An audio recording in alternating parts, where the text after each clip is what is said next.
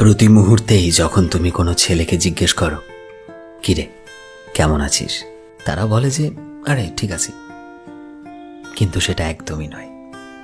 তারা প্রত্যেকটা মুহূর্তে নিজের জীবনের খারাপ সময়গুলোর সাথে লড়াই করছে, আর যে খারাপ সময়ের কথাটা সে কাউকে বলতে চায় না।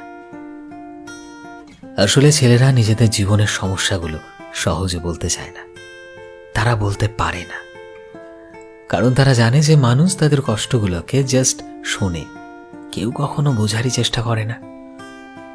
আসলে ছেলেরা বড় হয়েই ওঠে নিজের খারাপ সময়গুলোকে নিজের ভেতর লুকিয়ে রাখতে রাখতে। যদি তুমি আমার কথা বিশ্বাস না করো, একটু ভালো করে নিজের বাড়িতে নিজের দাদা বা ভাইয়ের দিকে একটু লক্ষ্য রাখো, বুঝতে পারবে যে আসলেই কতটা লড়াই করছে তারা জীবনের সাথে, তারা কতটা একাকিত্ব ভোগ করছে।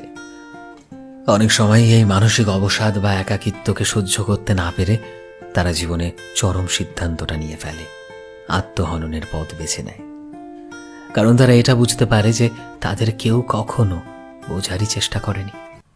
তাই তো তারা নিজেদের জীবনের লড়াইটাকে একাই লড়ে যাচ্ছে, যেটা বাইরে থেকে দেখা একটা মানুষ কখনোই ভাবতে পারে না। একটা ছেলে নিজের ভেতর কতটা দুঃখ কষ্ট জমা রেখে বাইরে থেকে হাসি মুখ দেখায়, সেটা একমাত্র সেই বলতে পারে। তাই তো প্রতিটা সময় যখনই কোনো ছেলেকে জিজ্ঞেস করা হয়, কিরে কেমন আছিস, তারা হেসে উত্তর দেয়, ভালো আছি। সো ফ্রেন্ডস, আমি শোভন ছিলাম তোমাদের সাথে, গ্রাফিক্স রয়েছে বিশ্বজিৎ। ভিডিওটি কেমন লাগলো অবশ্যই কমেন্টে জানিও। এই মুহূর্তে তুমি যদি আমাদের ফেসবুকে দেখে থাকো তবে প্লিজ আমাদের পেজটিকে ফলো করে দিও।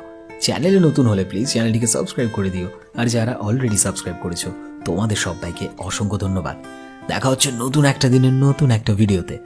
টিল দেন সবাই ভালোবাসায় থেকো এবং সবাইকে ভালোবাসায় রেখো। Thank you.